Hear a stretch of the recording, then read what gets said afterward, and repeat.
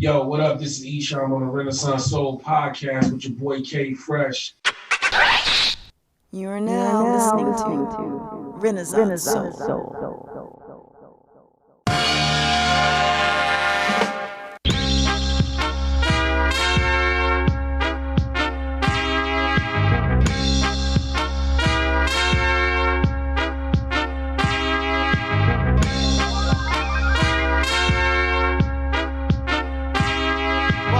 Renaissance Soul Podcast. I'm your host, Frazier. And what we do here on Renaissance Soul is we take a deep dive to historical moments in Detroit music history. And for this episode, historical is an understatement. Not just one of my favorite albums from Detroit, but one of my favorite albums, period. We're going to be talking about Dead Flowerz from the Detroit rap legend Esham, released back in 1996 via his own imprint, Real Life Productions. And I'm joined by the Unholy One himself as he shares with us, what his life was like around the making of Dead Flowerz. And we also do a track-by-track breakdown. And there's all sorts of great stories to come out of this interview with Esham. I'm super psyched to be able to have him on the podcast. And hopefully we'll be able to break down other albums of his in the future. So after a word from our sponsor, we'll get into my interview with Esham as we talk about Dead Flowerz.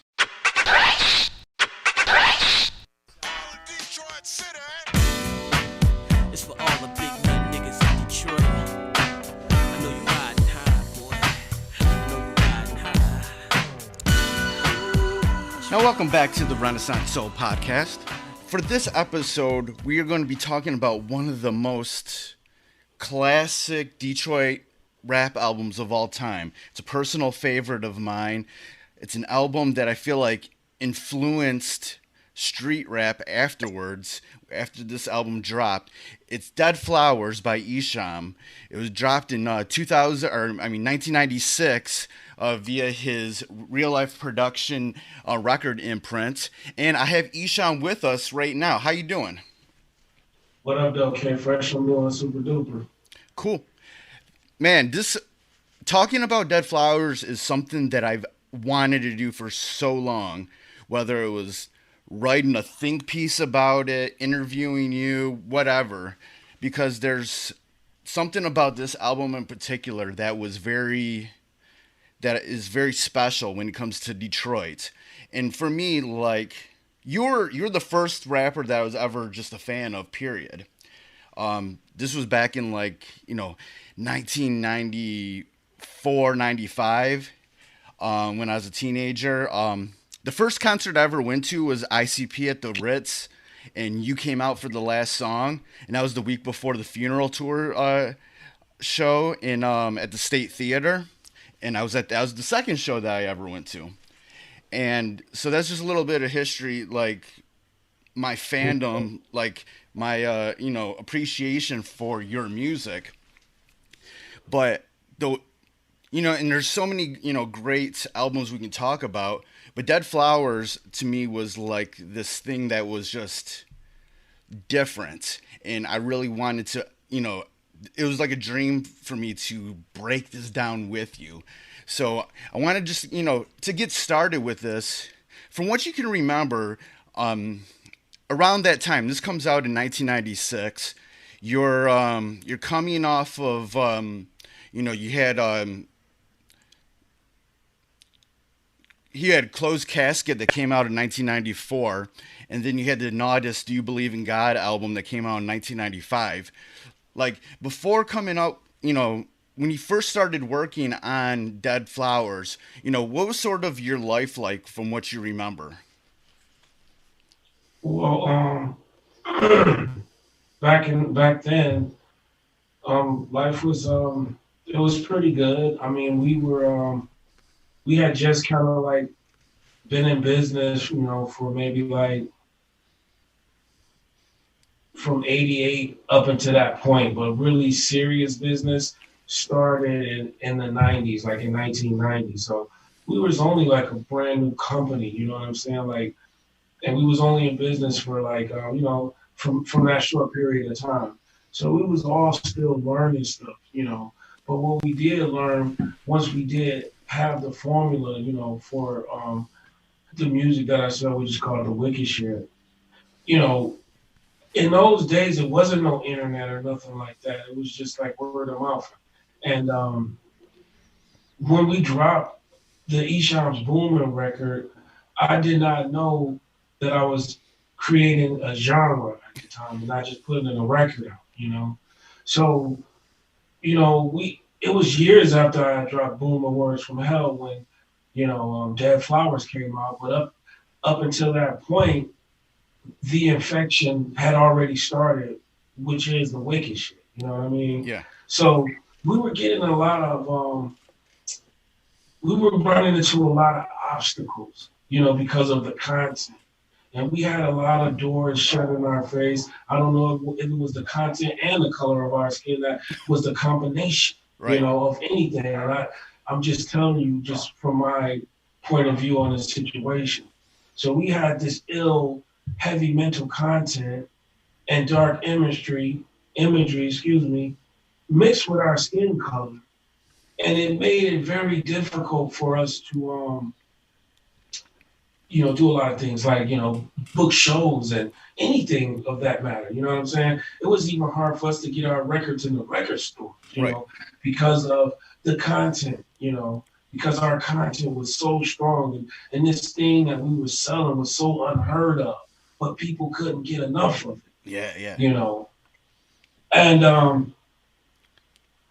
it was just, everybody was going through a lot of stuff at that time, putting out this music called The Wicked Shit. And then, after I released Closed Casket, that's just what I'm saying. So after I released Closed Casket, it's like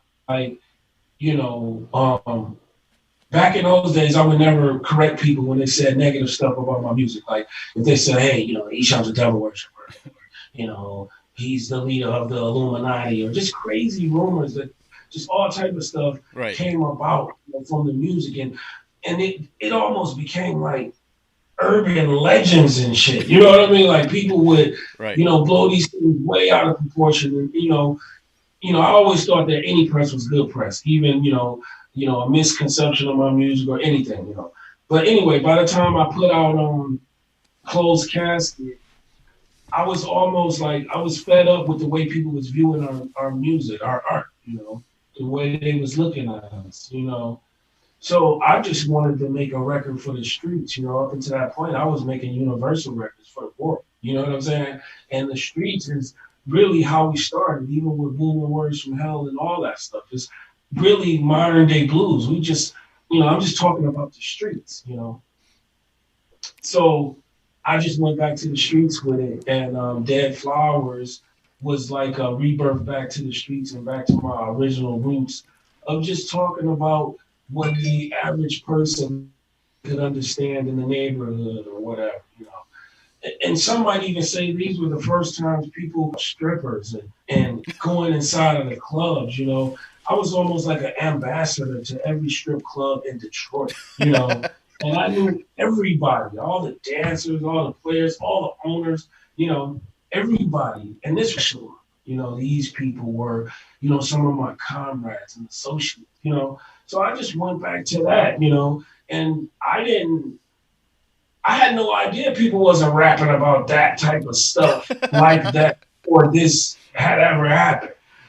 This was like me giving a blueprint or a formula. I was in the lab making a scientific formula, and I put it out because even up until this point, all my records are infections, and they're selling like crack, heroin to be exact, or LSD. That's why we call it acid rap. Yeah. My music is the alternative to taking drugs. You don't have to take no drugs. You listen to that Esham music, it'll trip you out. So I was just really trying to showcase my range and let people know that I'm more than a rapper. I'm an artist, I'm a musician, check this out. And I'm also, like I say, I'm, almost like a street politician. So I felt it was my duty to make some art for the streets, and it was called Dead Flowerz. Now, up until that point, I had never even smoked weed or got high or anything, And then, like I said, I was kind of like hanging out in the streets a little more and more, with just people good people though, And there was weed in the air, and there was all type of things going on, you know. But I just smoked weed. So once I hit them Dead Flowerz, you see what I'm saying? Yeah. Magic, the organic magic just started to happen. And that's when we come to Dead Flowerz. And also on Closed Casket, when we put that out, it was a date on there. It was like 1993, 1973 to 1994, whatever it said on there, you know. And it was like me, like closing the casket on the wicked shit. I was trying to put a lid on it. You know what I'm saying? Because it was really getting out of hand, and people had this crazy misconception, like I said, of what my music was, what it was all about. They didn't understand it's just modern day blues. But the lid bubbled over where you get this whole genre of music, and I couldn't put a lid back on it, you know, but I was trying to go back to the streets with it, but, you know, all like, you know, virtual, you know.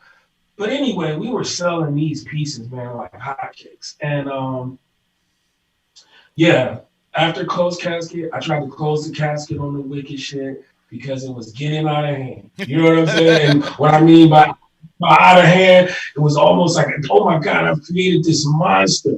You know what I'm saying? I tried to stuff it back. You know what I'm saying? And the rest is history. So now we're at Dead Flowerz. I remember even as a kid, I was probably like 9 years old when Boomin' came out. And like my brother had the tape and my older brother had the tape. And that album became very ubiquitous to like the Metro Detroit area. You know, even the kids out in the suburbs knew about Boomin' Words from Hell. And then throughout the years during that, you know, what, like you said, the wicked shit period through Closed Casket, you just continued to put out these albums. And like you said, you didn't, like, you had obstacles about touring and you probably didn't tour that much, but at the same time, that music was spreading so much. And all that negativity coming from that monster that you created, you know, why do you feel like all that music in that first era of your career through Closed Casket, you know, sold so well? Well, I mean, it all is getting cut off the same dope. So it's like I'm still selling that same brick of dope. You see what I'm saying? And it's all just still dope. That's where the slogan Esham's Dope Hole comes into play, because we're just selling audio dope. So it's all just been selling like that since then. So, you know, after you sort of closed the casket on the wicked shit and you wanted to, you know, go back to your roots, go to the streets, you know, what was sort of some of the, like, maybe the first ideas that came to your head? Do you remember any of the, you know, the first tracks that you worked on? Well, I mean, the first track that comes to mind is I was working with Lord Maji, who is Maestro from Kaos Mystro, the Detroit rap group. Yeah. Back in the day, they put an album out. They had a record deal with a local record company, you know. I mean, they had some minimal success, but in Detroit, it was huge, you know. And Maestro became a good friend of mine when I was working on Dice's record, you know. And I just started to get off into that, you know. Like I say, I never was involved in the streets, but I had a lot of friends in the streets, and, you know, just, you know, my relatives and stuff are involved in street stuff, you know what I mean? But we all in Detroit, and Detroit is really crazy at this time. Like, it was, you know, it was a wild jungle that nobody, you know, could tap in. Still kind of like that to today, Yeah. You know. You can't necessarily go through there. Like, you can get on the outskirts of the jungle, but you damn near need to have a guide to go up in there. You know what I mean? Yeah. So it was crazy times, and you know, shit, man, I was just going through a bunch of shit, you know, just being that young, you know, having access to all that money like that. And I wasn't being super irresponsible, but I was doing whatever I wanted to do. You What know? time? Well, how old were you at that time?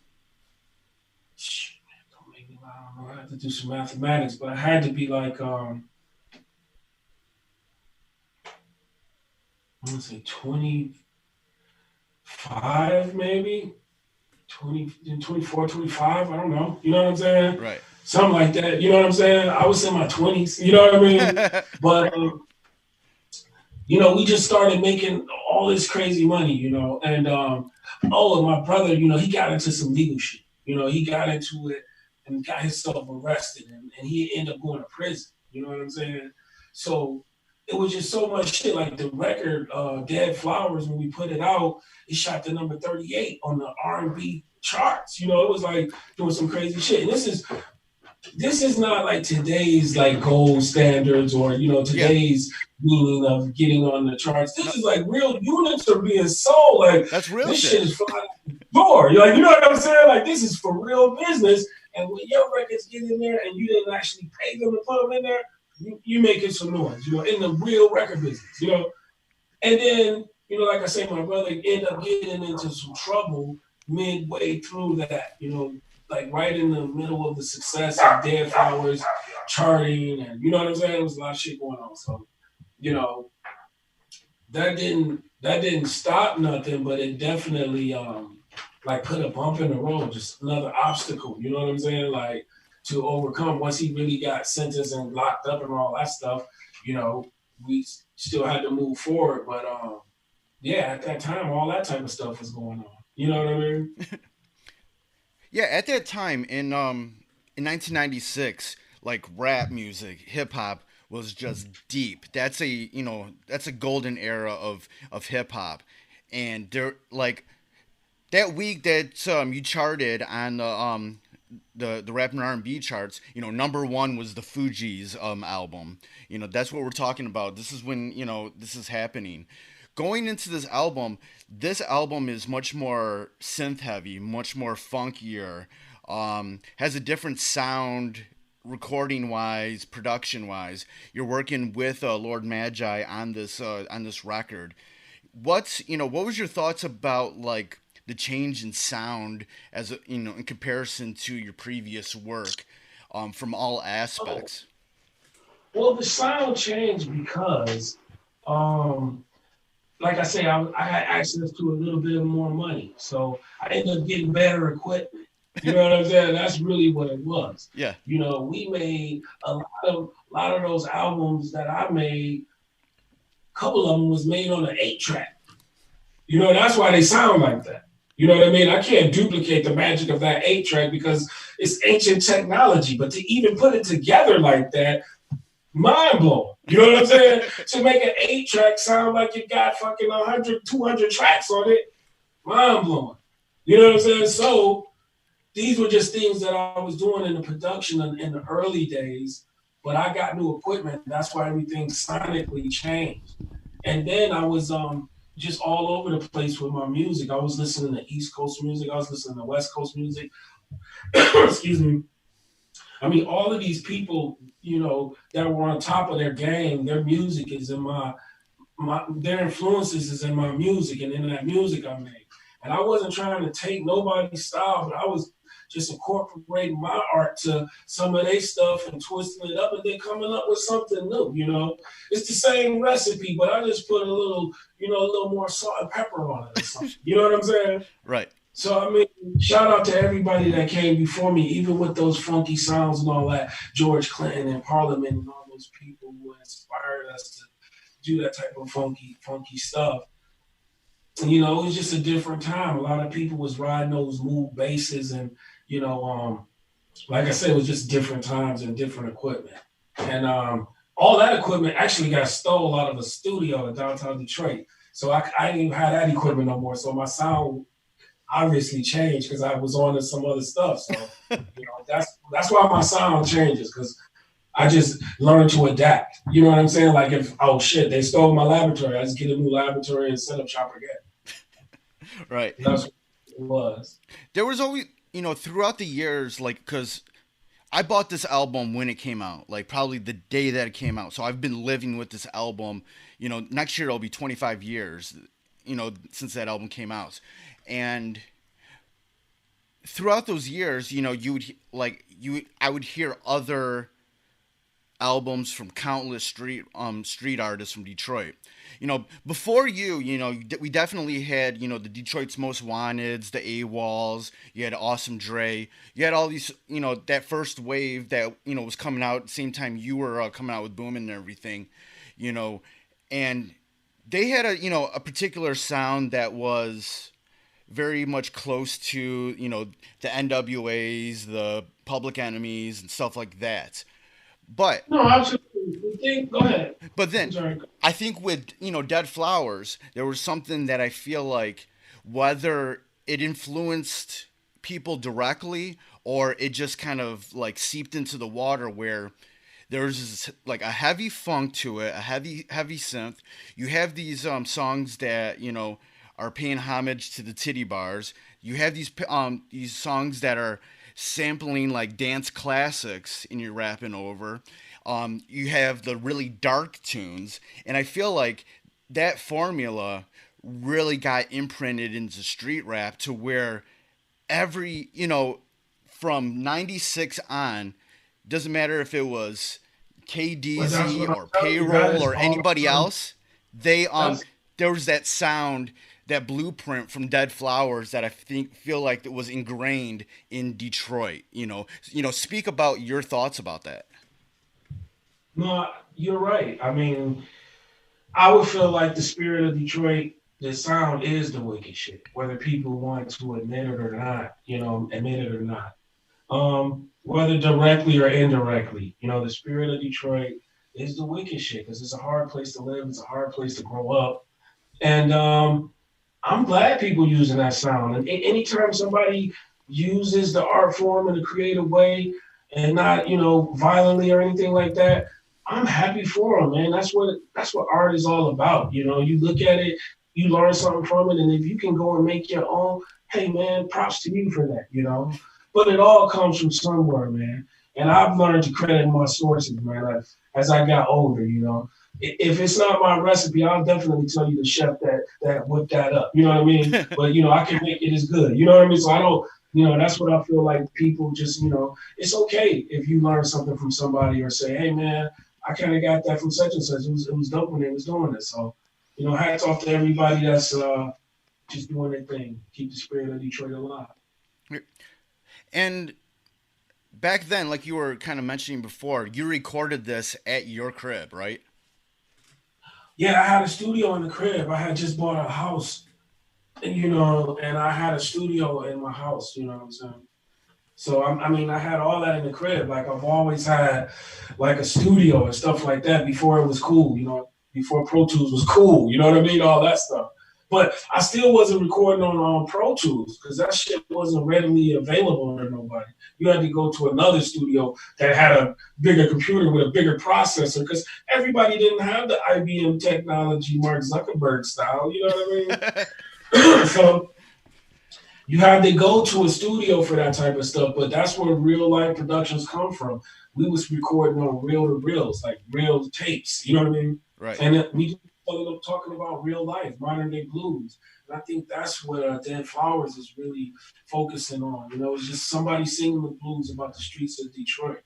And, I think a lot of people can relate to that because it's a lot of blues in that city, man. And that's, Dead Flowers. It's for all the dead children. It's just really deep, on levels upon levels. It's an onion of, music, man. Just peel back the layers. I have another episode of this podcast where we talk about that. I'm actually talking with someone about the graphic design and the branding of Detroit hip hop and rap. And I feel like, especially with this album and then with your logos, the Esham logo, the RLP logo, you really knew how to, brand yourself and your business. But I feel like with Dead Flowers, that was just in the packaging alone was something that really you could stand next to any national album. Kind of talk about wanting to make sure that your product can be, put next to any other national album in the stores. Well, there's always been this fight between the major conglomerate and the independent underdog, there's always been this eternal fight, you know. And for everything that the underdog does, the major conglomerate benefits off, you know. Um, I fucking forgot what I was going with this. What you just asked me? I was just talking about why did you want to make sure that this album in Oh, particular? okay, yeah. Okay, because okay, not only this album, but every album since Booming though, Yeah, because the internet wasn't out yet. People didn't know how to sell records. yeah, You know, this is a blueprint. This is a formula. After this, everything came after this. All the imagery, all the step your shit up before you even had this in your computer. We was making graphics and making our shit. Once you see it, you bought it. You felt it on site. Our products was looking better than the majors in the stores. Inside the stores, right. you go into a record store, real record store, and you stand in that section where they selling rap. Our shit was blowing off the shelves. It made you buy it. And it was a physical, organic thing. And they didn't understand how we was doing it, which is the major company. Never understood how we was doing it until they could make their own. And at this time, what was sort of the business like for Real Life Productions? How did you distribute How did you distribute Dead Flowerz? I mean, everything was distributed through us. I mean, basically, our formula comes from the street. Once again, my brother was just a street person. You know what I mean? And the way his hustle tactics and economic growth skills was on the level of anybody at a Fortune 500 company. So I learned everything I know from him. So everybody that got our product, it came from us. There was no middleman. You couldn't even, I'm not leaving it in your store. These stores had to buy it COD. That's why Esham's dope. Nobody had my product in their stores. They never owed me money. It was so hot. They loved to see me. All these record stores and the independent mom and pops, I knew all of them. They were all my friends. I watched everybody go out of business because of the internet and everything. But man, we helped a lot of families out. Like them records sold and everybody ate off them records, you know, so yeah. Right. Inside the insert of Dead Flowerz, there's there's a couple like paragraphs. There's things that are written in there. The first one is kind of like a thing directed towards the radio, and that was that's a frustration that Detroit in general just always had, with the radio supporting. Not now though. They don't have that problem now though, do they? Who opened that door for them, but they don't want to say, damn. Somebody told them motherfuckers step it up. That was Dead Flowerz that did that. Right. Dead Flowerz did that for them. And they was even playing my record. I said, no, y'all not playing nobody records. Now they play everybody records in Detroit. Hey, Detroit, you guys are welcome. They still don't play my records, but Detroit, you're welcome. Yeah, I remember them playing You Better Ask Somebody back in the day, and I was like super hyped. I was like, oh shit, they're playing Esham on the radio. I mean, but that was Dead Flowerz. I was just frustrated with the situation. You know what I mean? That's why I put that in there. I ain't got nothing against the radio and none of them people now. You know, I'm more mature now, obviously. But right. At the time, I was just frustrated being an independent company, fighting with these majors that I didn't know if there was payola going on. Who the fuck knows? You know what I'm saying? I just was still frustrated at trying to, get somewhere where I thought I needed to be until I figured out I never needed to be there. I never needed to be there or any place around these people because I was always selling. I had the bag. I always had the bag. Right. Then there's this other... there's this other, thing in the insert where you're kind of talking about what Dead Flowerz means. Do you remember the idea behind that, the motivation of not word for word, but that was my Bob Dylan shit. You know what I'm saying? That was me being extra deep. So before people out here even being deep now, or just what they think is deep, these were ways to even connect with the consumer. These were what they would call algorithms going on before this shit was going on. You know what I'm saying? We was connecting with people before connecting with people was a thing. And these were just different ways and marketing ways to connect with our consumer directly. Right, right. All right. Let's actually get into the the album itself. I want to you know, dive deep into each song and just let me know, some thoughts about it, motivations behind it, what it's about, anything that comes to mind about the making of the record that you can think of. The album starts off with a little bit of a skit, and that's funny because I usually don't make an intro, blah blah blah, and then it goes into what, talk about what. I mean, once again, excuse me, that song was produced by Lord Maji. It was just like what, it was like, what the fuck now? Like, what do you have to say after this? You know what I'm saying? Like, and that was it. Like, it was just like, what? It was just asking the question, like, what? You know what I'm saying? I don't know. I'm trying to make it make sense, but I just really wanted to make some ill shit. And after you heard it, you was like, what? And I don't know if I accomplished that, but I was just trying to, have a what moment. Right. The next track is You Better Ask Somebody. This was a song that you used as a single. Like I said, it did get some play on the radio, No, I did. And I was,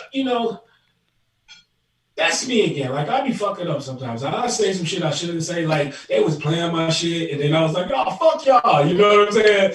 And I, fucked it up for myself. You know what I'm saying? But everybody else benefited because I felt like, somebody needs to say something. I always have those moments, though. I don't know. I don't want to be the new Kanye where I say the wrong shit all the time. But, I just felt adamant about it. I felt like I needed to say something for the underdog, man. Even if it meant, sacrificing my own radio play or whatever. You know what I'm saying? I just felt like they needed to hear that at the time because there was no outlets. There was no internet. If you really, none of this shit existed. All this George Jetson shit. Right. This shit wasn't here. You know what I'm saying? Can you imagine if I had some of this shit popping off back then? Come on. Right. Be like, whoa. Yeah. I be flying around with Elon Musk in them right now. Yeah, like the record stores were like the social media. It was, and they were very social, man. And I learned a lot from those people, and I miss those times, man, because that was some real good American business right there. You know what I'm saying? A lot of good folks was working there. Yeah, and You Better Ask Somebody is one of those examples of a song that has this old school sample, and it's kind of like a.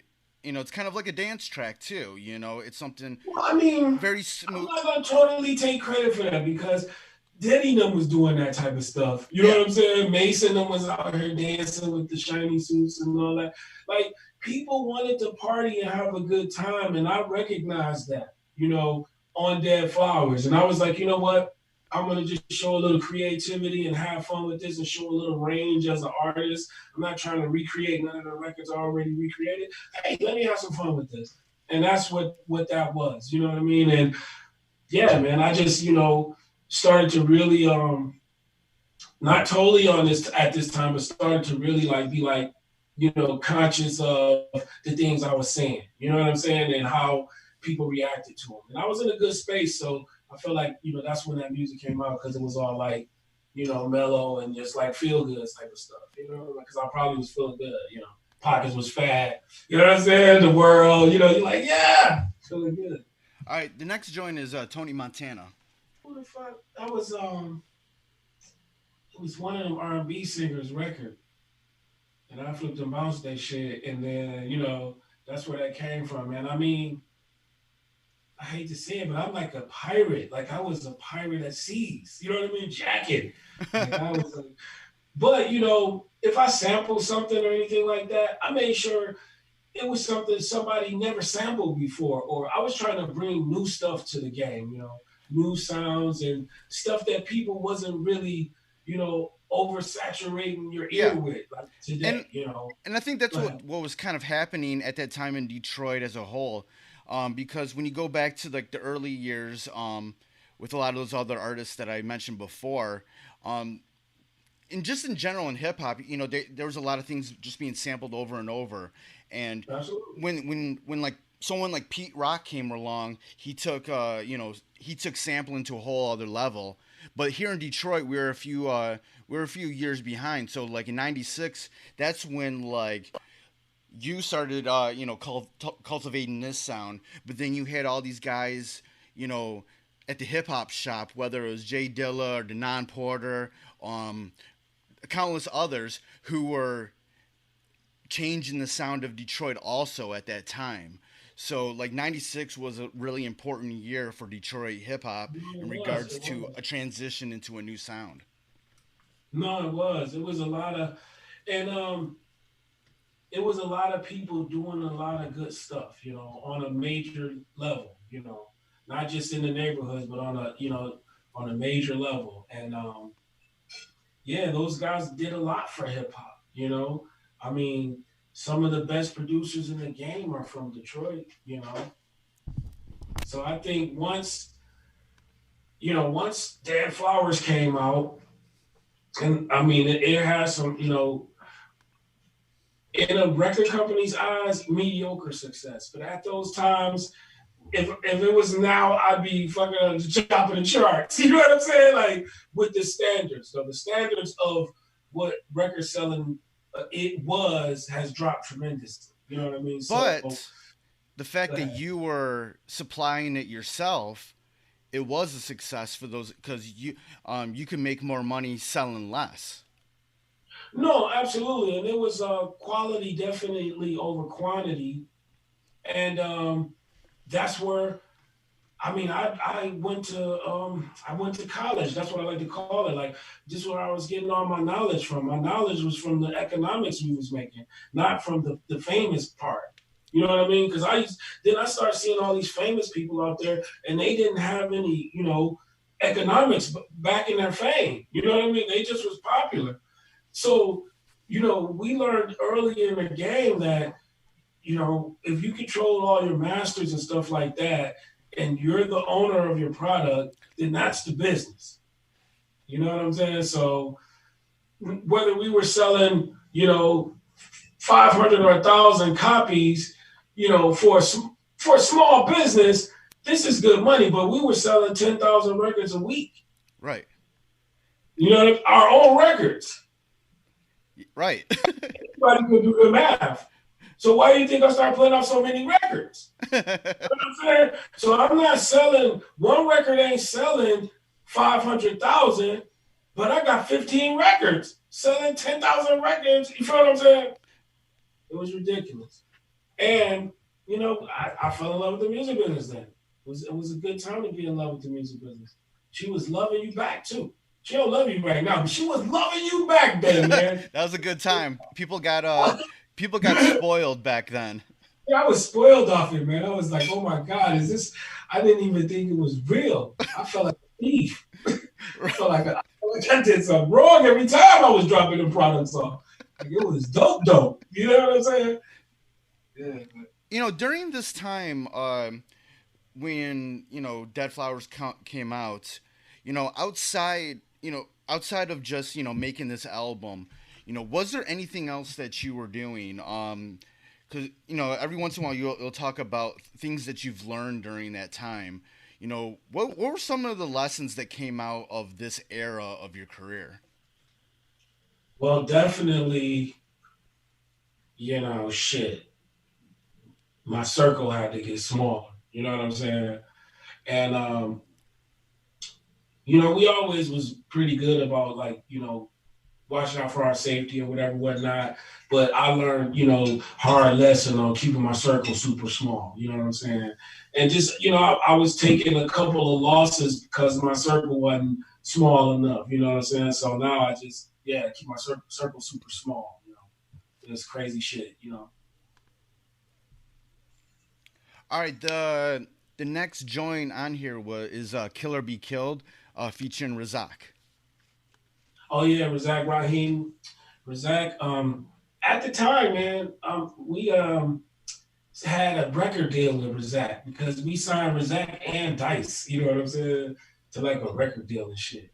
And we worked on Dice's record, and we was gonna put a Razak record out, but I fell out with Dice because he started tripping. He was talking some shit and all that shit, and I just felt some type of way about it because we spent all this money. They didn't want to promote it, so we fell out. So because I signed Razak with Dice, I was like, I ain't work with none of them, but I got both of their records. I still got Razak record. R.I.P. to Razak. He passed away, and not me and Dice is cool though. We patched our dealings up, but yeah, that's where Razak came in. But at the time, we was all dope. We was hanging in the studio. And Razak is dope, man. He's dope, and he dropped a hook on there for me because that's him on the hook. And Maji, which is Mystro, made the beat because they all lived in the same neighborhood. Dice, Razak, and Lord Maji, which is Mystro from Kaos Mystro. And they used to all just hang out at Mystro crib, and Mystro would make the tracks. So I had to before I could even get to working on Dice's record, I had to get him out his record deal. You know what I'm saying? So I had to go and talk to his people, his record company, and get him out his record deal, which that was a very interesting meeting. But, they was like, okay, yeah, they said they respected me for coming over there and talk to them and all that shit. And we was all cool and shit. And they was just like, yeah, Dice is free to go, whatever, man. And we all shook hands and laughed about it. You know what I'm saying? And now I know what they mean. You know what I'm saying? But at the end of the day, no hard feelings to Dice. We tried to do something, but that did deter me from, signing people after that. You know what I'm saying? So I just kind of kept it to myself a little bit instead of trying to, have this dream of, I'm about to have all these artists and stuff like that because, I never necessarily wanted that. I never wanted a label and stuff like that. We always just had a brand. You know what I'm saying? Yeah. And once you see that real life logo, what you get in is dope. You know what I'm saying? So, that deterred me a little bit because, I didn't understand, and I know they didn't understand what was going on. I'm a type of person, I don't like a lot of questions. Like, I don't like people asking me questions and shit. And they didn't necessarily understand the music business at the time. They didn't understand the mathematics or the mechanical shit of it, right? So they had some discrepancies with what was going on, but we cleared all that up. And I just, I didn't sign nobody after, I fell out with Dice because that shit hurt my feelings and shit. Dice, he's dope. I had big hopes for that record. It just didn't work out, man. And it's like, losing your pet or something, your fucking dog died or something. I don't like it. You know what I mean? So I felt some type of way after that, about signing people. But I always help people though. So, even Dice after that, I help look out for Dice and shit. I actually got a Instagram live for Dice Monday. So we might even talk about this. When during of course Dice came out with an album at that time, The Neighborhood Shit Talker, and you said you talk about Razak's album, and inside the insert you had this whole listing of coming soon with Lord Maji, Razak, Naudis, Mastermind, TNT, Zelah Williams. How much music was made during this time period? None of it. None of it. None of it. None of it was made. Plans. I had big plans, man. My record, Dead Flowerz, obviously was blowing up. When you got all these people looking at you, right? They obviously think you got more money than you probably got. You know what I'm saying? Right. And they looking at you like, listen, we want what we see on TV. We want, what the majors are giving these people. And I'm like, well, shit, that's not how I got mine. I had a paper route. We got to get up every morning at 5 a.m. and deliver papers, and I'll show you, Right. Nobody wants to get up at 5 a.m. and deliver papers. Only person up at 5 a.m. is me delivering papers. So then you had to go flyer the parking lots and flyer. Yeah, man. I would call people on it, and most of these people didn't want to do it, man. My grandma used to tell me a story about Henny Penny, and Henny Penny had a garden, and she used to ask all her it was like these farm animals. Henny Penny was a duck. So she was like, you know what? I'm planting this garden. Why don't y'all come help me? She had the chickens, the pigs, the motherfucking cows, everybody in the fucking farm to come help her plant the fucking garden. Everybody hold Henny Penny and said, "Fuck you, Henny Penny. We ain't plant that shit, bitch. Why you fucking with that garden, right?" Henny Penny was out there every day. Rain, sleet, she out there tending to her garden. Next thing you know, Henny Penny garden on bloom. All the motherfuckers she asked to help her is coming back like, "Damn, Henny Penny, how big them tomatoes looking, baby? Let me get one." She took all her shit down, made a stew, and cooked it for all her friends that helped her, man. You know, that's just some life lessons. That's where I come from with it. You gotta help with the garden to get something out of it. Work. All right, the next joint is What Did I Do Wrong? Okay.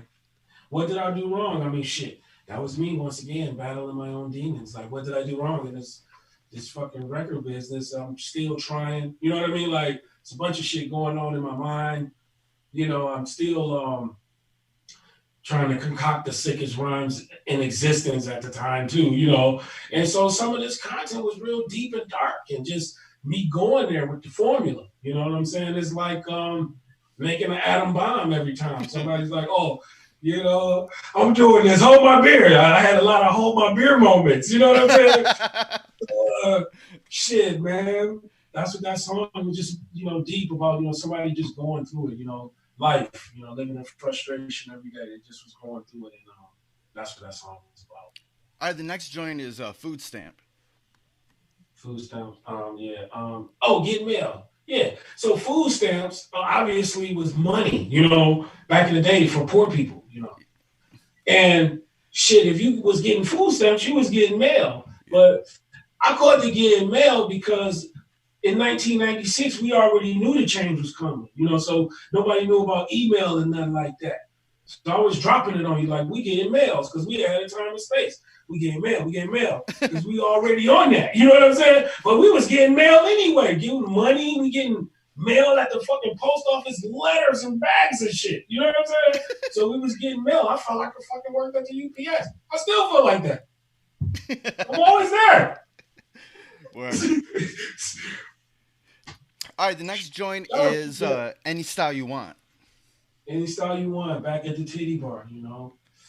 Like I said, I mean, I don't know. I might have lightweight had some type of addiction to pretty women because I was in there every day. They're like art pieces. I like to look at them, you know what I mean? Right. So I was back in the titty bar, and, you know, my homeboy really, you know, he was really, really on it, you know. So he would be always getting out the house and then call me, you know, misery, you know, we all going now. So we end up at the titty bar.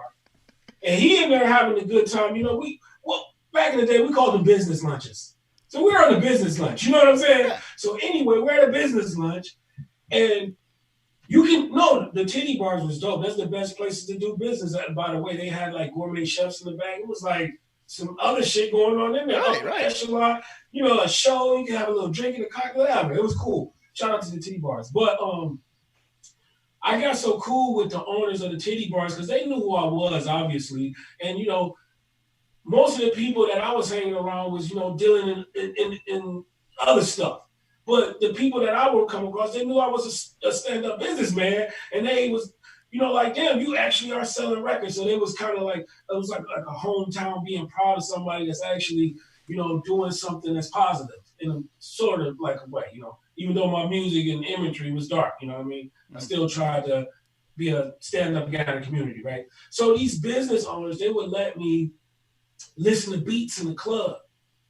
So that's why I would come up to the rhymes looking at these girls. You feel what I'm saying now? Right. And then I'm like, fuck it. As soon as I get to the crib, I'm dropping that shit. And that's where most of that stuff came from because I was hanging out with my homeboy Big L. Shout out to Big L. And yeah, he was titty bar king. So that's my man, though. Nice. The next joint is Kilogram. Once again, this is acid rap at its finest. I mean, you know, the topic was kilogram because, like, back in the day, they was sending you a telegram.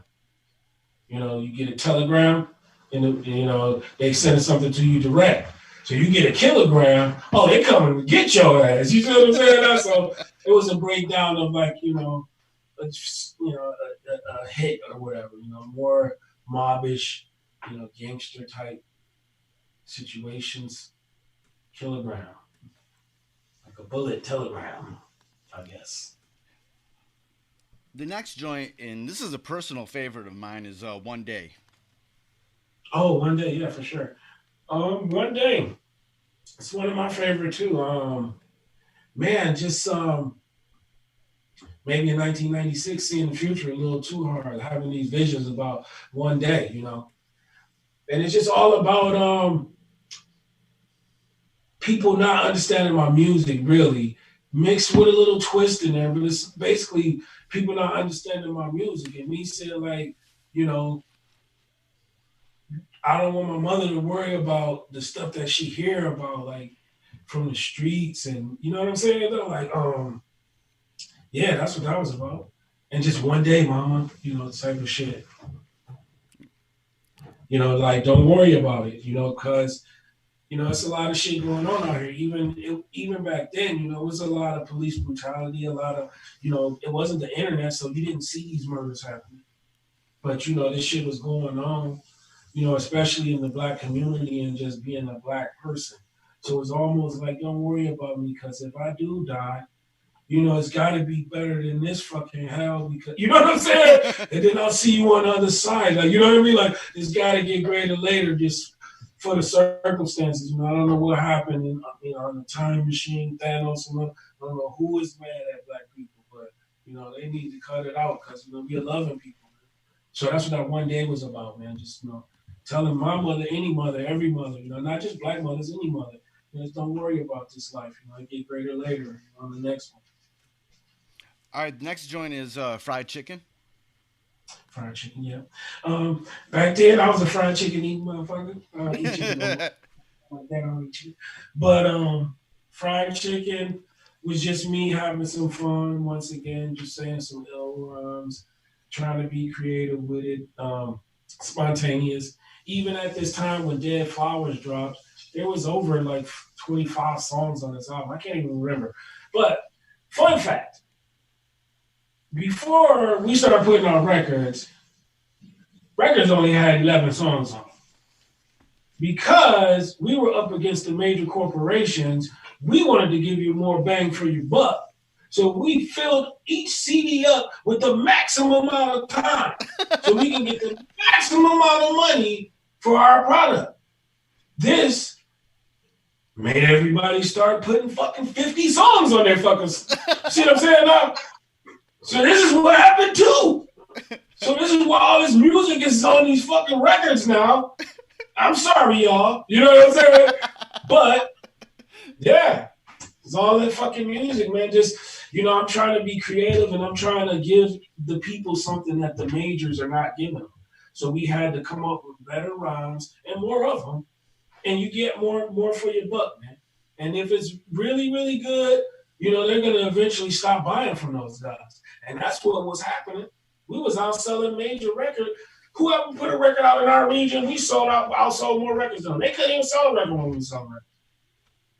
Nobody even wanted to buy them. Right. The next joint is Because. It's because of you. Okay, because it's just a love story going wrong. It's I hear a lot of tales in the street, street violence is, about somebody not really loving you and you finding out the wrong way, actually, with them either breaking your heart or stealing from you or snitching on you or, setting you up to get killed, robbed, or murdered. You got to be careful with anybody you meet out here on these streets, male or female, you might be a victim. So that's what that was about. The next joint was Black Orchid. Black Orchid, yep. Back at the Titty Bar. Shout out to Titty Bars. Black Orchid is me just paying homage to exotic women, all the, female dancers all around the world. I started to see the beauty in that, and it was an untapped market. It was like, man, so they're playing all that garbage on the radio. They're playing the real shit in here. So my music is for the real shit, where the real people are. So I started pumping music specifically to be played in bars. Hence, Dead Flowerz became the national underground titty bar anthem record throughout everywhere. And then it gave everybody the great idea to say, hey, you know what? Why are we battle rapping each other? We need to be talking to these hoes because that's the party. Oh, put two and two together. Now you got the party culture. That's what's up. Word. You're welcome, guys. Next joint is another personal favorite of mine, Trick With Me. Right. Yes, that is Trick With Me is like self-explanatory. It's somebody trying to pay for some sex. I don't recommend it, but there is some people out there that offer, sexual services for money. And that's what that was about. It was, just putting a little light on it, I mean, if you go overseas, prostitution is legalized over there.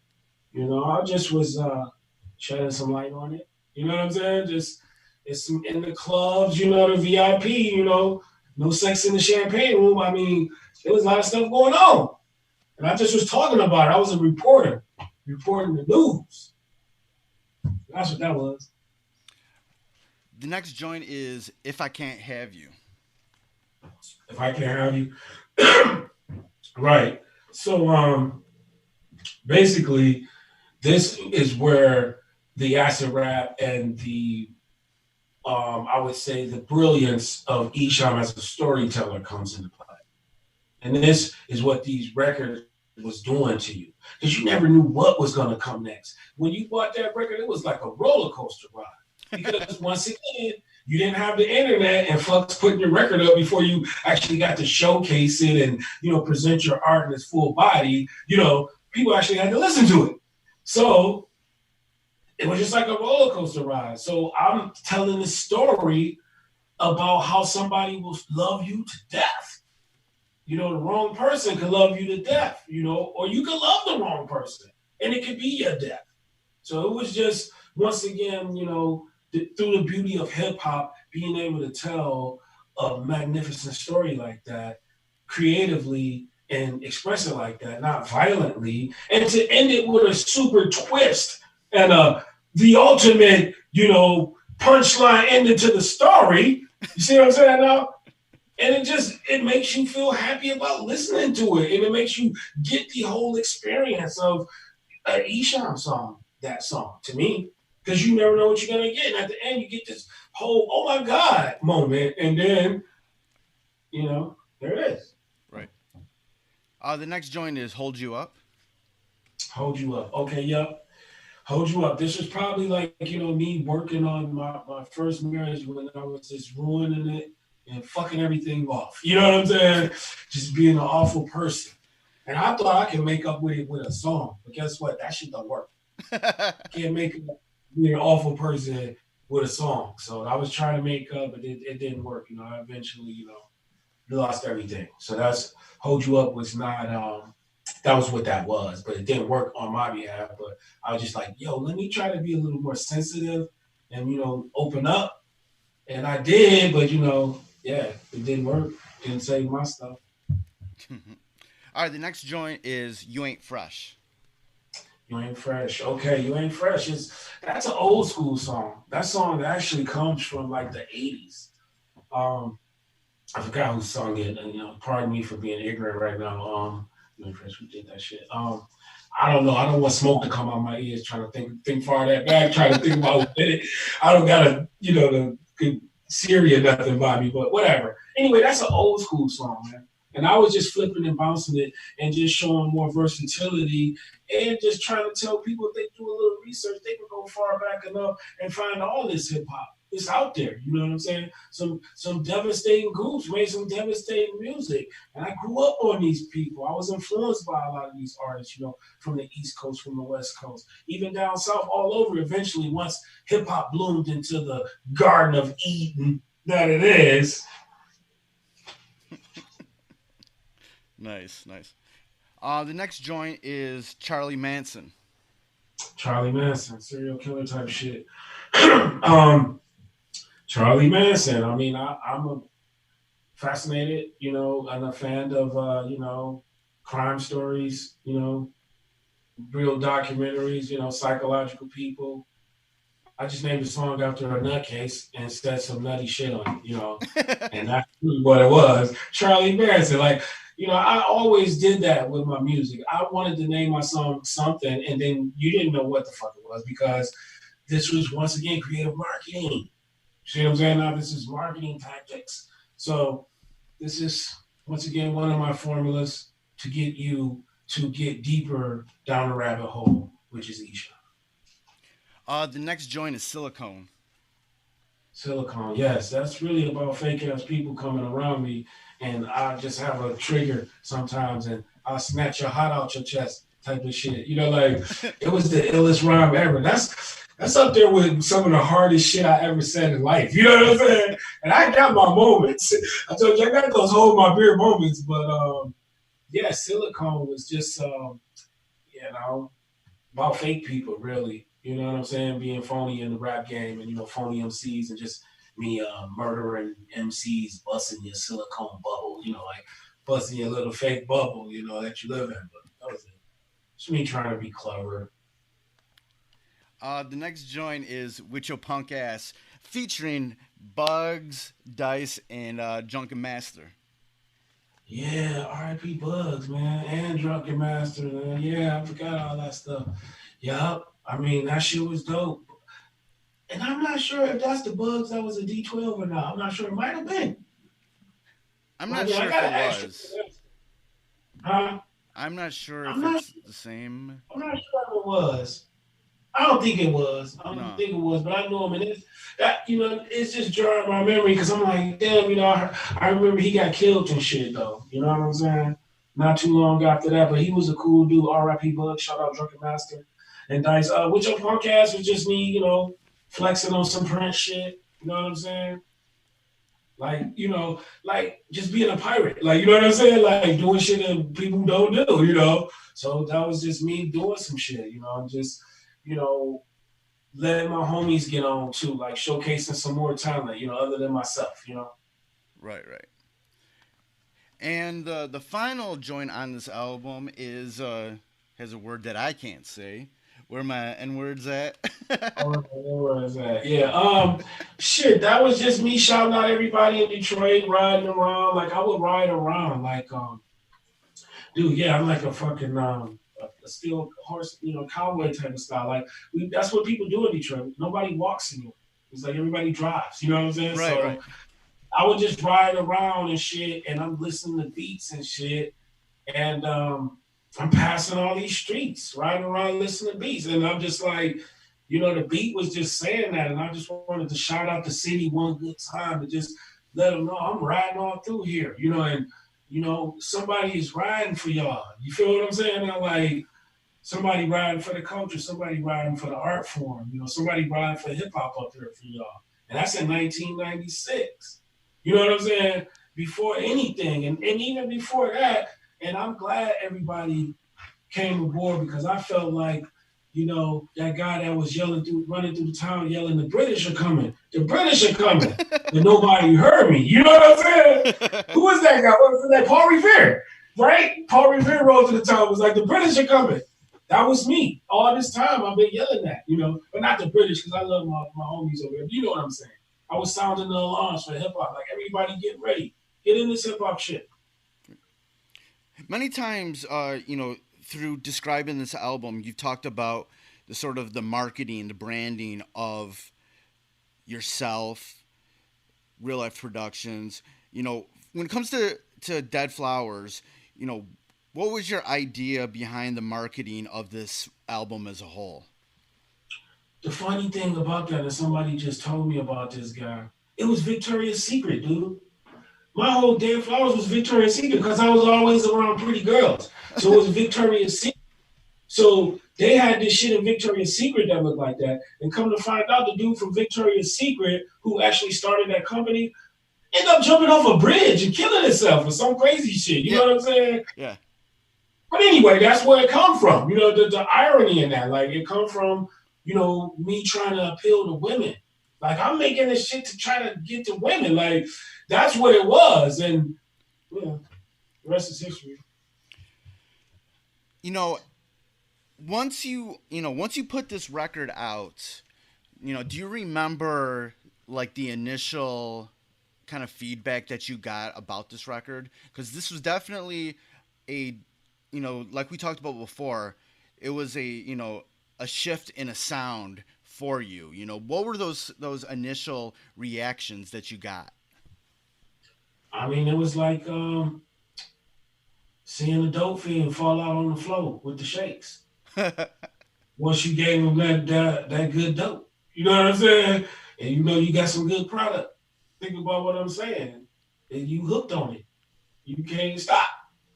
That's what it was like, and that's what it's like. That's what I'm trying to tell you. It was like that, like opening up a dope spot, and that bitch cranking for 50 years.